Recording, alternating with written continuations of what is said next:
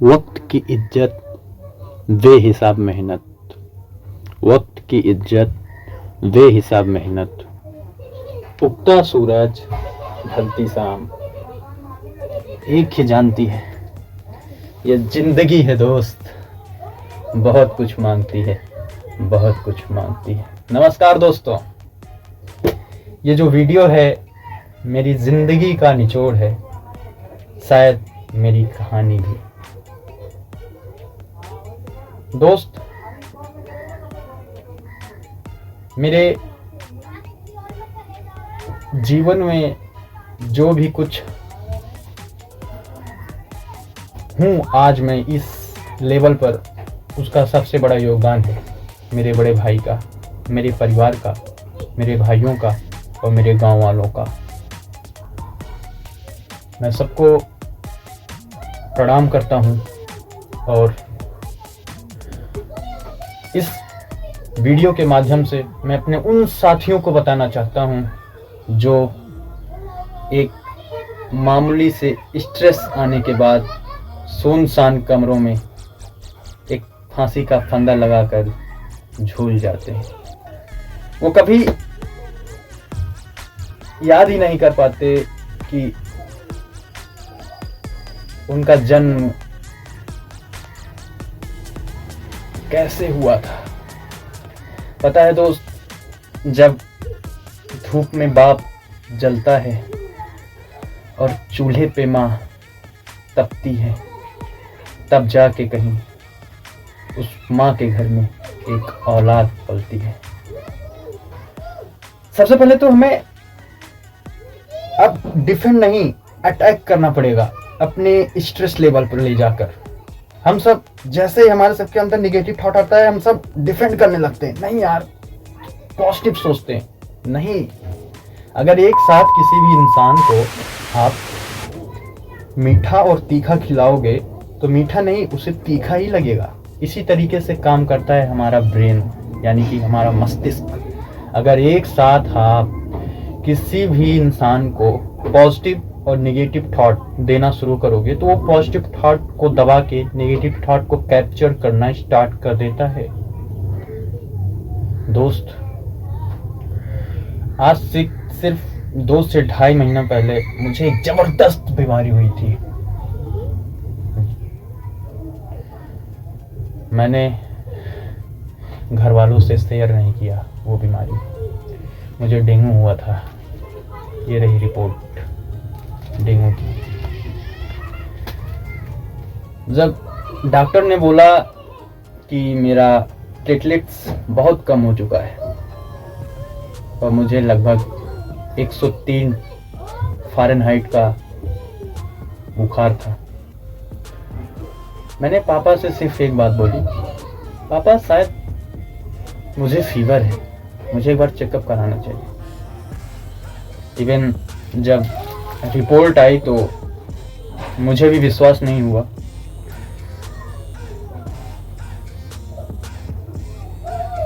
वो 1.5 महीने मेरे लिए नर्क के समान थे दोस्त, नर्क के समान। रूम में पड़ा रहता था, उठने भर की ताकत नहीं थी। फिर मैंने डिसाइड किया ऐसी लाइफ तो नहीं जीनी है यार। मैं कुछ आपको आज बताना चाहता हूँ, कुछ सिखाऊंगा और कुछ सीखूंगा आपसे। आज आपसे मैं सीखूंगा और कुछ सिखाऊंगा। 9 अक्टूबर साल 2001 को जन्म होता है एक ऐसे विलक्षण प्रतिभा बालक का।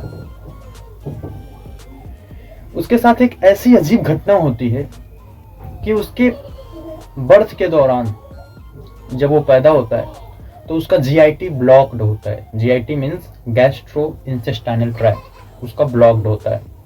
उसके परिवार वालों को किसी को भी पता नहीं रहता कि उसका जीआईटी ब्लॉक्ड। जीआईटी से माने इंटेस्टाइन से लेके एनस तक उसका पूरा सिस्टम ब्लॉक्ड रहता है। 3-4 घंटे बीतने के बाद उसकी दादी को और उसके परिवार वालों को पता चलता है कि मेरे बच्चे का तो इंटेस्टाइनल से लेके एनस तक का सिस्टम ही पूरा ब्लॉक है। हलचल मच जाती है। उसे हॉस्पिटल में ले जाया जाता है, वहां से जवाब मिल जाता है, तब उसे एक इलाहाबाद वाले हॉस्पिटल में, एक इलाहाबाद में ले जाया जाता है और फिर वहां पे उसका इलाज होता है और वो वहां पे जाके ब्लॉक्ड जो सिस्टम होता है उसे ओपन किया जाता है। बहुत ही अजीब घटना है। अब आप सब सोचेंगे कि उसका जीआईटी ब्लॉक्ड था एनस से, इंटेस्टाइनल से लेकर, और फिर वो जन्म कैसे, जिंदा कैसे था इतना देर तक। सब अब बहुत लोग होंगे कि इसको किस्मत से जोड़ना स्टार्ट करेंगे। नहीं, किस्मत से जोड़ना स्टार्ट मत करो। कारण था इम्यूनिटी, और शायद जब इम्यूनिटी की बात आती है तो बहुत से बड़े बड़े लोग गिर जाते हैं। इसका सिंपल सा उदाहरण आप देख लीजिए कोविड में ही।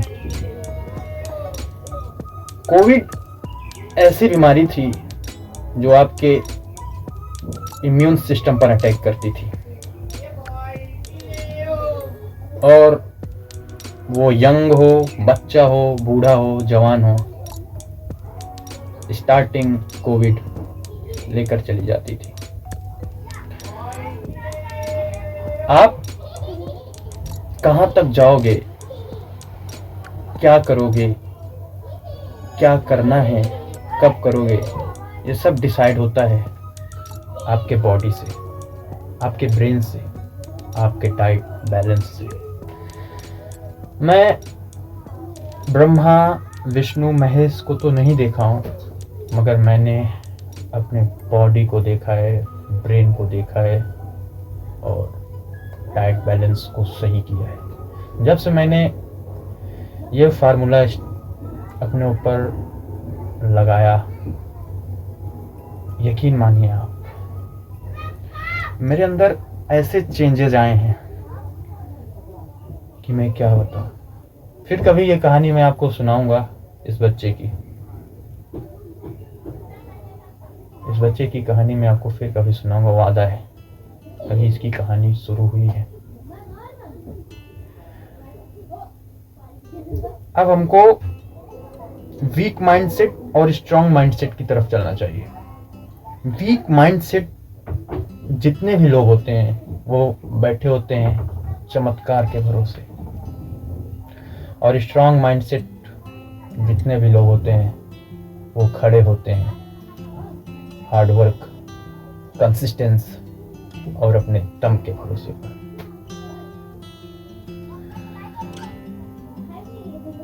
भले ही ये जनरेशन, हम सब की जनरेशन, आने वाली जनरेशन बहुत ही एडवांस होती जा रही है और उतनी ही मूर्ख भी होती जा रही है, इतनी मूर्ख होती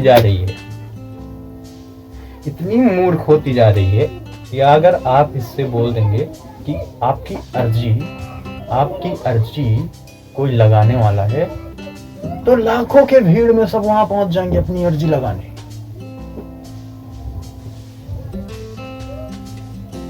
लाखों की भीड़ में लाइनें लग जाएंगी अर्जी लगवाने के लिए।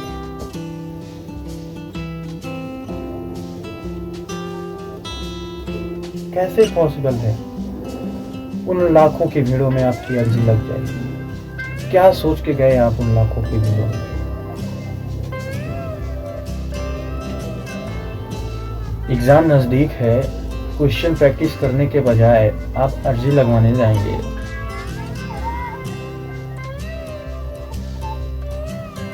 कल रनिंग है आर्मी में, आप ग्राउंड में पसीना बहाने के बजाय अर्जी लगवाने जाएंगे, सिलेक्शन हो जाएगा? नहीं होगा। प्रैक्टिस करनी पड़ेगी, ग्राउंड में भागना पड़ेगा। 400 मीटर का ग्राउंड है तो 4 चक्कर 1600 मीटर लगाने पड़ेंगे, वो 5.5 मिनट के अंदर। तभी जाके आप आर्मी की दौड़ में शायद सेलेक्ट हो पाओ। पैर के नीचे छाले पड़ जाते हैं।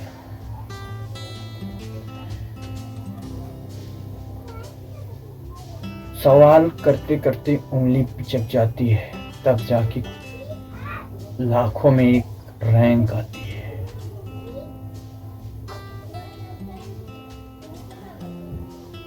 आप टेस्ट में नंबर कम पा रहे हो, एग्जाम अभी इतना दूर है। आप रूम में एक रस्सी खरीद के जा रहे हो, फांसी लगा के खत्म हो जा रहे हो।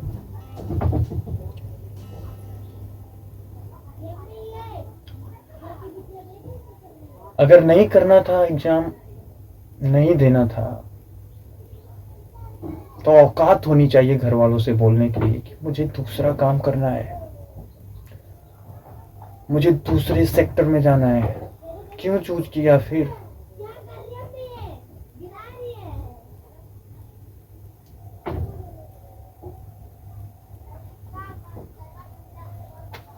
ये वीडियो जो है मैंने खुद के लिए बनाया है। आज मैं बहुत स्ट्रेस था, बहुत ज़्यादा। मैंने सर को मैसेज किया कि सर कुछ समझ में नहीं आ रहा है, मुझे बाहर जा रहा हूँ तो अजीब अजीब सा थॉट आ रहा है, खाना भी खा रहा हूँ तो खा नहीं पा रहा हूँ, सोया नहीं जा रहा है, बेचैनी हो रही, पढ़ रहा हूँ तो अजीब थॉट आ रहे हैं। थॉट इतने आ रहे हैं कि क्या बताएं।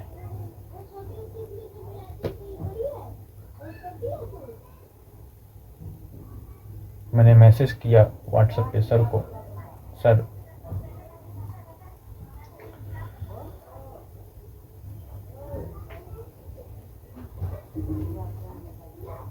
सर ने बोला सिचुएशन ही ऐसी है, ये सिचुएशन ही ऐसी है आदर्श। यहीं से जो अपने आप को संभालेगा वही राज करेगा।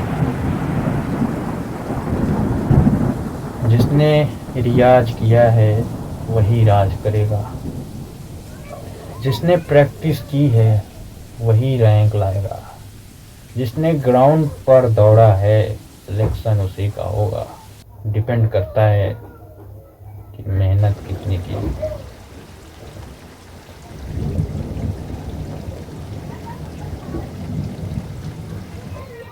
सैड होने के बजाय सेड होने की बारी है अब दोस्त, सेड होने की बारी। सैड मतलब दुखी होना, सेड मतलब एस स्लीप, ई एक्सरसाइज और डी डाइट को सही करना है।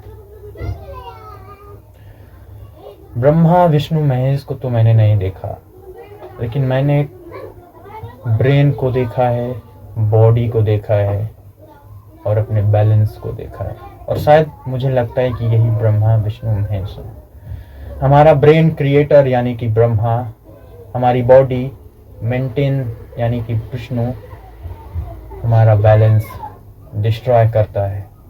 अगर आपका डाइट बैलेंस सही है तो ठीक है, अगर डाइट बैलेंस खराब तो आपको डिस्ट्रॉय कर देगा। दोस्तों, अब आपको डिसाइड करना है कि आप काफ़ी अकेले हो या फिर अकेले ही काफ़ी हो।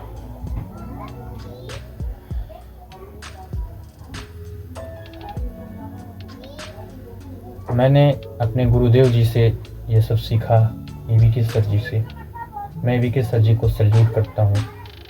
आशा करता हूँ कि वो इस वीडियो को ज़रूर देखेंगे। आप सभी से मेरा विनम्र निवेदन है कि दोस्त इस वीडियो को वीके सर जी तक जरूर पहुँचाओ, क्योंकि उनका एक स्टूडेंट स्टार्ट हो चुका है। मैंने भी आंखें बंद करके बोलना सीख चुका। मैं भी जब आंखें बंद करता हूँ तो कंटेंट को अपने अंदर बसाना स्टार्ट कर दिया है। जब से उनकी बातों को मैंने सुना है कि मेमोराइजेशन क्या चीज होती है, यानी कि मनन, शायद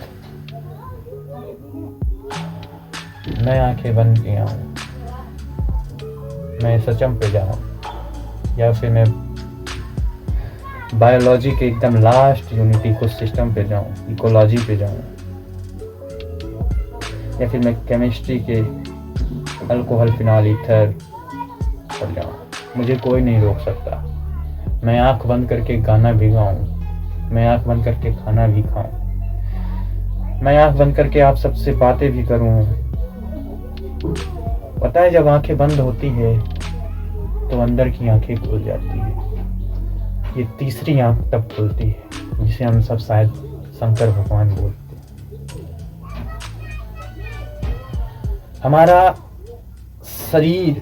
हमारे शरीर का एक छोटा सा ब्लड कॉर्टिसल्स यानी कि रेड ब्लड सेल, जिसे हम सब आरबीसी बोलते हैं, उसमें भी ब्रह्मा विष्णु महेश हैं।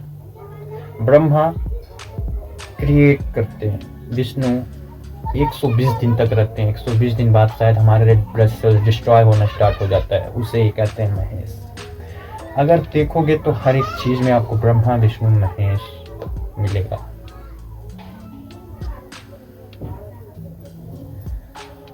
क्या कारण है मेरा इस वीडियो बनाने का?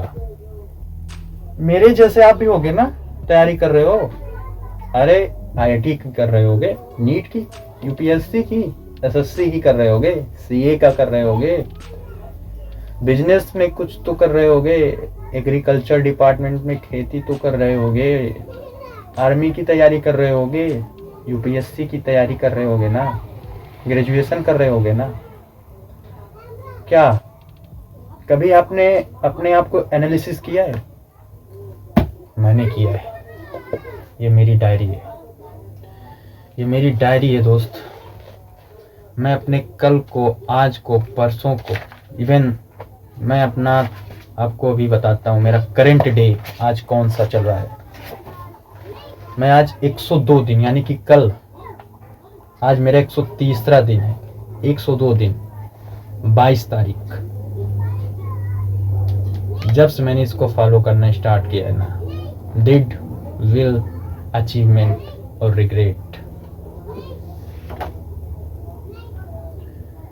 विश्वास मानो, किस्मत मैंने खुद से लिखना स्टार्ट कर दिया है, और मैं चाहता हूं कि आप अपनी किस्मत खुद लिखें।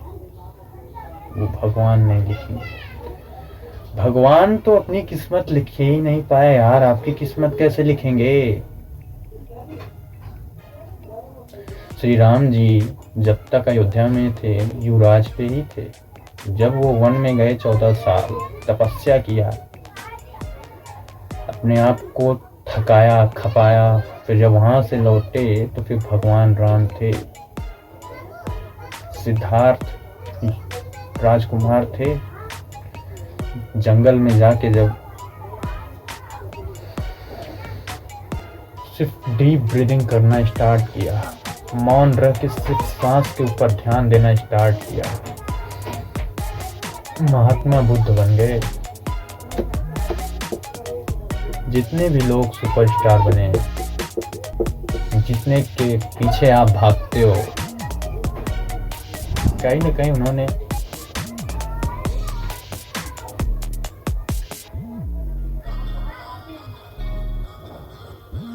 अपने आप को चैनलाइज किया है। अब तो क्रिकेट का माहौल आ गया है, IPL हो रहा है, सब लोग IPL देखने क्यों जाते हैं? देख तो सब लोग टीवी में भी रहे, आखिर देखते क्यों हैं? उस क्रिकेट को देखते क्यों हैं? नहीं, क्रिकेट नहीं देखते, एनर्जी देखते हैं। तुम्हारी एनर्जी देखी जाती है दोस्त। अगर 3 बॉल बीट हो गया तो चौथी बॉल पे बोलेंगे आउट हो जा। T20 का यही खेल होता है। वो फिर चाहे विराट कोहली क्यों ना हो, वो फिर महेंद्र सिंह धोनी।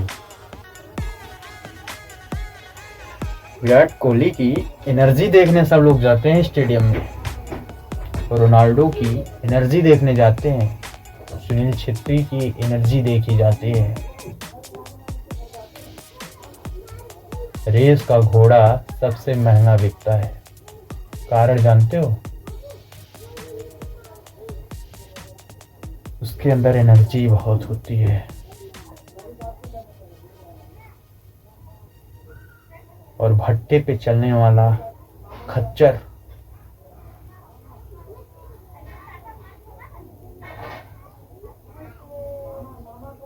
क्यों?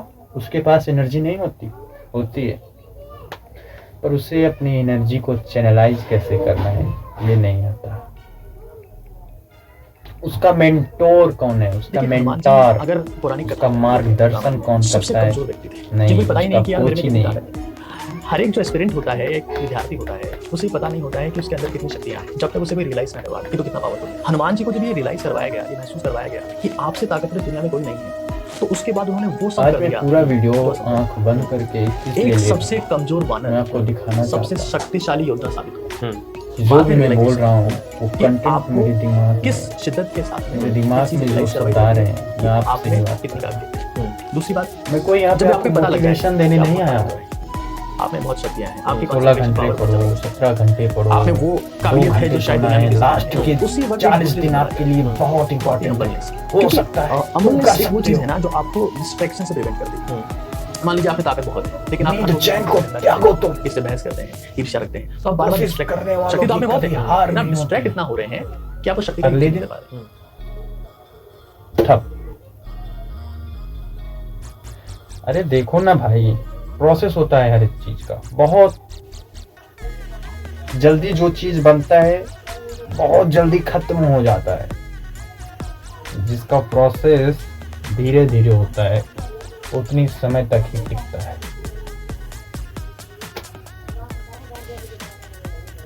हालांकि बहुत कुछ बताना चाहता था आपको, पर ठीक है। दुर्लभ मानव जन्म है ये जो देह न बारंबार। अकेलेपन का मनुष्य का जन्म पहली नाटक सब लोग करते हैं ना, कई बेवकूफ लोग होते हैं कि अगले वो जन्म में लोनलीनेस होता अगला है। जन्म होता है, लोनलीनेस जो करना है वो इसी जन्म में करना सॉलिट्यूड का है। मतलब होता है दुर्लभ मानुष जन्म है अकेला ही देह न का। बारंबार, तरुवर जो पत्ती झड़े अकेला ही का। बहुरी ने लागे डार। तो कभी ये मत लिखना कि पापा मम्मी मैं आपके सपने पूरे नहीं कर पाया, अगले जन्म पूरे करूंगा। अरे पहले ये जन्म पूरा और तो लास्ट जी। में आपको ही 90 साल डिसाइड की उम्र करना में है बात लिखना मेरे भाई, अभी क्यों कि आप लिखना है? काफी अकेले हो जन्म बाकी है, या समय फिर बाकी अकेले है, ही ऋतु काफी अपनी भी आएगी, पल अपने पास भी होगा। घड़ा तो लेके आओ, खींचना तो शुरू करो। अगर वीडियो को शेयर जरूर करिएगा। जैसे उन तक पत्ती पेड़ से जो नीचे अपने गिर आप जाती है, को पेड़ से नीचे तुरंत पत्ती गिर डिसाइड जाती कर है, लेते हैं कि वापस अब नहीं लग मर पाती। जाना ही वैसे बेहतर जब होगा। एक बार शरीर इस संसार से चला गया, अब कभी वापस एंटर नहीं होगा। जय हिंद, जय भारत।